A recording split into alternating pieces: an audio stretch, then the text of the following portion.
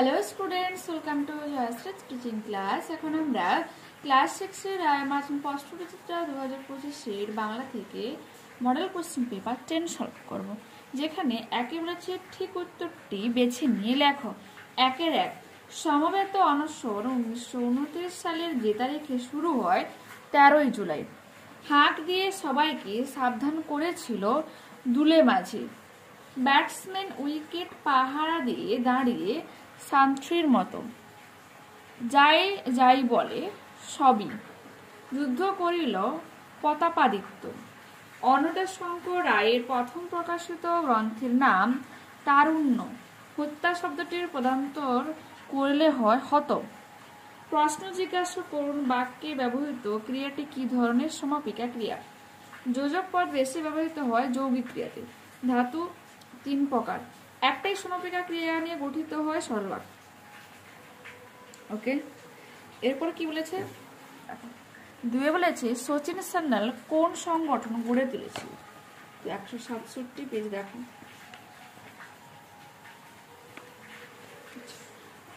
Hindustan socialist Republican association. এটা নিতাই শাস্তি পেল কেন? 187 পেজ। নিতাই রচনা লিখে আনেননি এবং তার কারণ হিসেবে মায়ের অসুস্থতার কথা বলে, যা একদম মিথ্য, তাই নিতাই শাস্তি পেল। সেকেন্ড ওভারে সাধারণত কে বল করে? অতুল মুখুজ্জে। চল রে চল সবে ভারত সন্তান গানটি কি ধরনের দেশাত্মবোধক গান? বঙ্গ সন্তানেরা কোথায় কোথায় উপনিবেশ স্থাপন করেছিল? 151 পেজ খোলো, দেখাচ্ছি তোমাদের। ঠিক আছে, দেখো 151 পেজ। বঙ্গ আমার জননী আমার, বিশেষ সংক্ষেপ। যে তিব্বত, চীন ও জাপানে উপনিবেশ স্থাপন করেছিল। পরবর্তী প্রশ্ন কি রয়েছে? ধরাতল শব্দের অর্থ কি? পৃথিবীর উপরিভাগ বা যে মাটি, যেটা উপরে পৃষ্ঠে যেটা রয়েছে।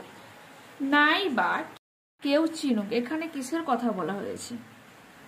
এই যে বেলাভূমি থেকে বিদ্যারূপ যে ঝিনুক সংগ্রহ করত, তাকে রত্নের সঙ্গে তুলনা করা হচ্ছে।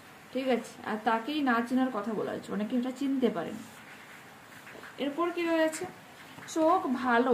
চোখে ভালো দেখতে পাচ্ছি না, অস্তর্থক বাক্যে রূপান্তর করো। চোখে খারাপ দেখছি। প্রযোজক ক্রিয়া কাকে বলে উদাহরণ দাও। এটা রয়েছে তোমার 253 পেজে রয়েছে প্রযোজক ক্রিয়া। দেখে না, এখান থেকে এতখানি করবে। এরপর কি রয়েছে? যে ধাতু বিভক্তির পূর্বে ই, লিত, ইব না থাকলে কোন কাল বোঝায়?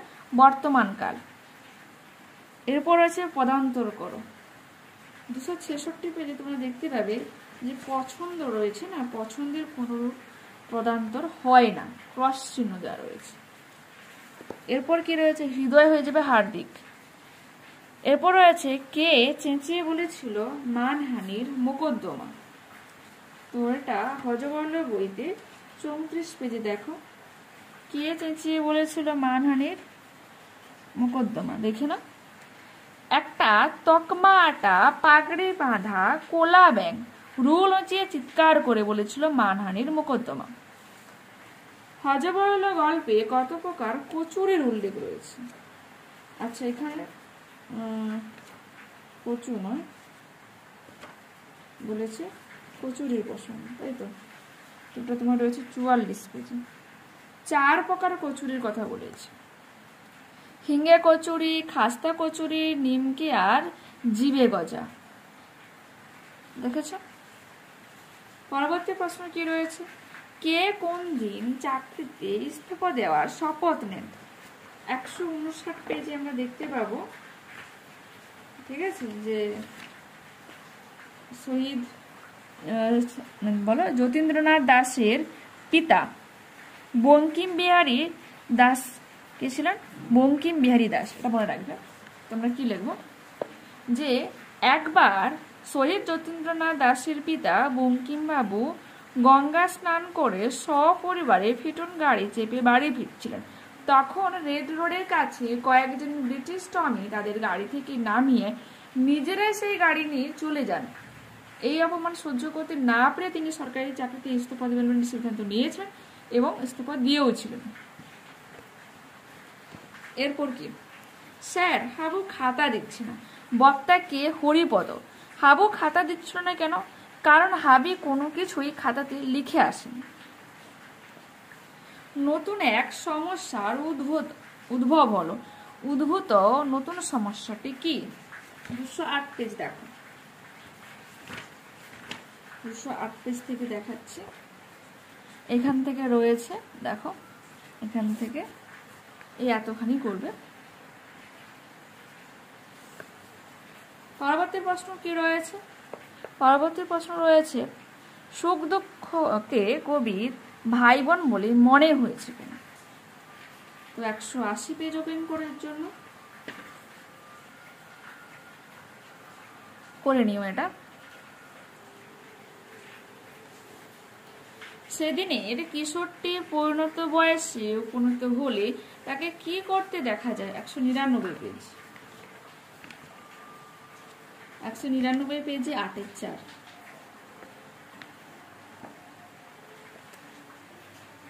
এখান থেকে রয়েছে দেখো, আর পরের পেজেও রয়েছে, করবে এতখানি পর্যন্ত। এরপর কি রয়েছে, কবি বঙ্গ আমার জননী আমার কবিতায় দেশকে কি কি নামে সম্বোধন করেছেন? 153 পেজে রয়েছে এটা। কবি দেশকে বঙ্গ, জননী, ধাত্রী, মা, তুই, দেবী, স্বর্গ প্রভৃতি নামে সম্বোধন করেছে। পরবর্তী পেজ ওপেন করো। হুজুর, এরা সব পাগল আহাম্মক, এদের সাক্ষীর কোনো মূল্য নেই। উক্তিটি কার? এরা বলতে কাদের বোঝানো হয়েছে? উক্তিটি সেলের কাদের বোঝানো হয়েছে? মেনলি হিজিবিজবিজ বা উধোর কথা এখানে বলা হয়েছে। এরপর বলেছে এর উত্তরে কুমির কি বলেছিল? কুমির রেগে লেজ আছড়ে বলল, কে বললো মূল্য নেই? দস্তুর মতো 4 আনা পয়সা খরচ করে সাক্ষী দেওয়ানো হচ্ছে। বলে সে তক্ষুনি ঠকঠক করে 16টা পয়সা গুনে হিজিবিজবিজের হাতে দিয়ে দিল। এরপর কি রয়েছে, বাদুড় বলে, ওরে ও ভাই সজারু, গানটা কে গেয়েছিল? নেড়া। এই গানের কোন শব্দকে নিয়ে বিতর্ক শুরু হয় এবং ওই বিতর্ক অংশ নিয়ে কে কি মন্তব্য করেছিল? এটা 228 পেজে কোশ্চেন নাম্বার 10টা টু ফলো করো। তো সেকেন্ড পার্টটা আমরা দেখো। হজবল্লা গল্পে নেড়া মাথাওয়ালা ব্যক্তি অর্থাৎ নেড়া যে গান গেয়েছিল তাতে সজারুর গিন্নিকে বলা হয়েছে হোতলা, হাঁদাড়ে, আবার সজারুকেও খ্যাপাটে, ভোপসা মুখো, ভ্যাপাটে বলে বিদ্রুপ করা হয়েছে। এই কথাগুলো সজারুর আত্মসম্মানে আঘাত করে সে ফুটফুট করে কাঁদতে থাকে। কুমির সজারুকে সান্ত্বনা দেওয়ার চেষ্টা করলে সেই সময় কোথা থেকে এটা কলা ব্যাং এসে কি বলে যে মানহানির মোকদ্দমা। ঠিক আছে, বলবে। পরবর্তী প্রশ্ন কি রয়েছে, অনশন করার আগে যতীন তার সহযোগীদের কি অঙ্গীকার করেন? তিনি অঙ্গীকার করান যে তাদের দাবিগুলোর যথাযথ মীমাংসা হয়ে গেলে তারা অবশ্যই অনশন ভঙ্গ করবেন। এটা কিন্তু তাদের সঙ্গী সাথীদের উদ্দেশ্যে তিনি বলেছিলেন। এর সাথে তিনি এটাও বলেছিলেন যে তিনি কিন্তু আমরণ অনশন করে যাবেন। ঠিক আছে, তিনি অনশন ভঙ্গ করবেন না কেন? জেলে অনশনের সময় যতীন জ্ঞান হারিয়ে ফেলেন কেন? 159 পেজ দেখো।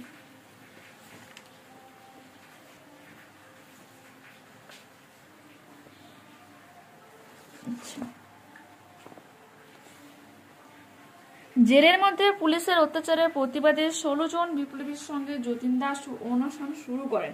তিনি মনে মনে স্থির করেন তার পক্ষে অনশনই হবে দেশমাতার শৃঙ্খল মোচনের এক অভাবনীয় সুযোগ। এবং তিনি অজ্ঞান হয়ে গিয়েছিলেন কেন বা জ্ঞান হারিয়েছিলেন কেন? ঠিক আছে, এই যে রয়েছে 1929 খ্রিস্টাব্দে 13 জুলাই বিপ্লবীরা অনশন শুরু করলেন। 20 জুলাই জেল সুপার জোর করে নলের সাহায্যে তাকে দুধ খাওয়ানোর চেষ্টা করলে তার ফুসফুসে দুধ ঢুকে যায়। এর ফলে তিনি জ্ঞান হারান। ঠিক আছে, এটাই করবো আমরা, জ্ঞান হারানো পর্যন্তই করবো। হাবুর বিপদ গল্পে মাস্টারমশাই সুধীরবাবুর মধ্যেও এক স্নেহপ্রবণ নীতিনিষ্ঠ আদর্শবাদী প্রশ্রয়দাতা মানুষ লুকিয়েছিল। আলোচনা করো। 190 পেজ, 190 পেজ দেখো, কোশ্চেন নাম্বার 10 বাদ। পুরো প্রশ্নটাই তোমার তুলে দিয়েছে এখানে, তো করে নিও।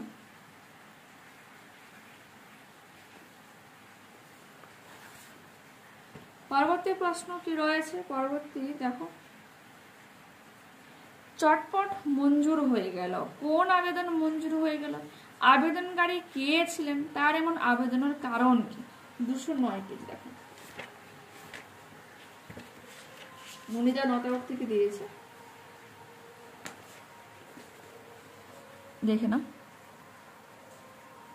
এখান থেকে এতখানি পড়ে নেবে।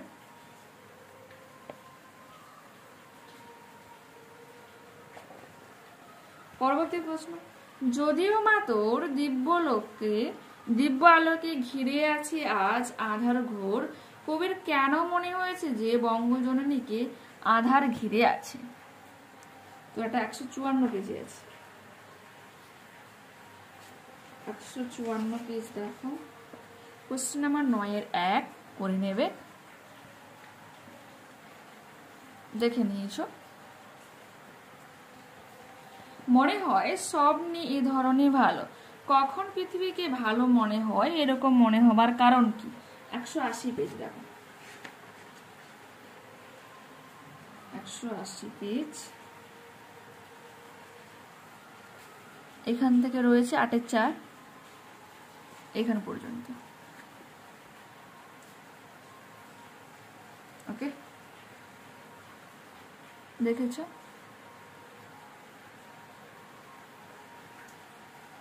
বৃদ্ধ এখন সুধায় লোকে। কে এখন বৃদ্ধ? লোকে তাকে কি জিজ্ঞেস করে? তাদের প্রশ্নের উত্তরে তিনি কি বলেন? 200 পেজ দেখো, 200 পেজ, কোশ্চেন নম্বর 8-6।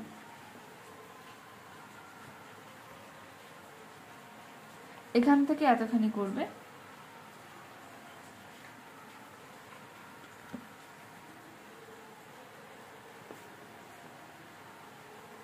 জিনিসের নামকরণ করতো সে কে? সে জুতো ছাতা গাড়েও বাড়ির কি নামকরণ করেছিল? তার পরিণতি কি হয়েছিল?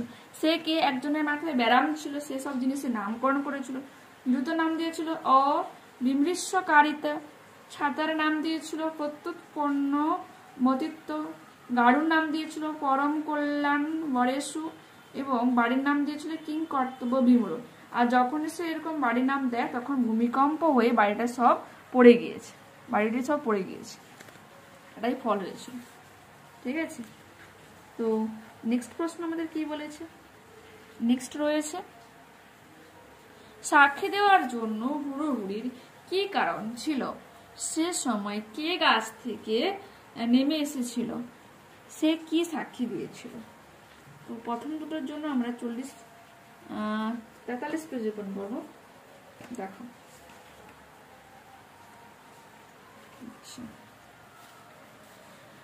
হুড়োহুড়ি লাগার কারণ কি? সাক্ষীরা পয়সা পেয়েছে দেখে সাক্ষী দেওয়ার জন্য মানে ভয়ানক হুড়োহুড়ি লেগেছে। সেই সময় গাছ থেকে কে সাক্ষী দেওয়ার জন্য নেমে এসেছিল? কাকেশ্বর। ঠিক আছে, এরপর কি সাক্ষী দিয়েছিল? পরবর্তী পেজেটা রয়েছে, এই যে সাক্ষী দিতে এসেছো, সে কি জানে যখন জিজ্ঞাসা করা হয় তখন সেটা সবকিছু বলে, এতক্ষণ পর্যন্ত যা কিছু হয়েছিল সেগুলোকে সে সংক্ষেপে বলে, বাট সবই কিন্তু উল্টো পাল্টা করে বলে। প্রথম বলা হচ্ছে কচুর কথা, সে কচুরি প্রসঙ্গ নিয়ে আসছে, এইরকম। তো দেখে এইখান থেকে করবে এই এতখানি পর্যন্ত, এখান থেকে এত। অসুস্থতার কারণে অনুপস্থিতির আবেদন জানিয়ে প্রধান শিক্ষককে পত্র লেখো। দেখো, আবেদন জানিয়ে অঞ্চল প্রধানের কাছে পত্র লেখো। দেখো,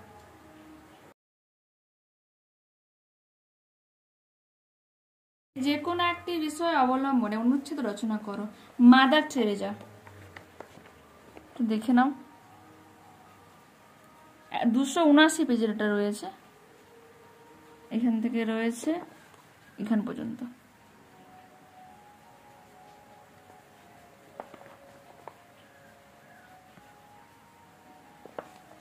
এরপর আছে বই মেলার একদিন, 278 পেজে রয়েছে 6। দেখে নাও।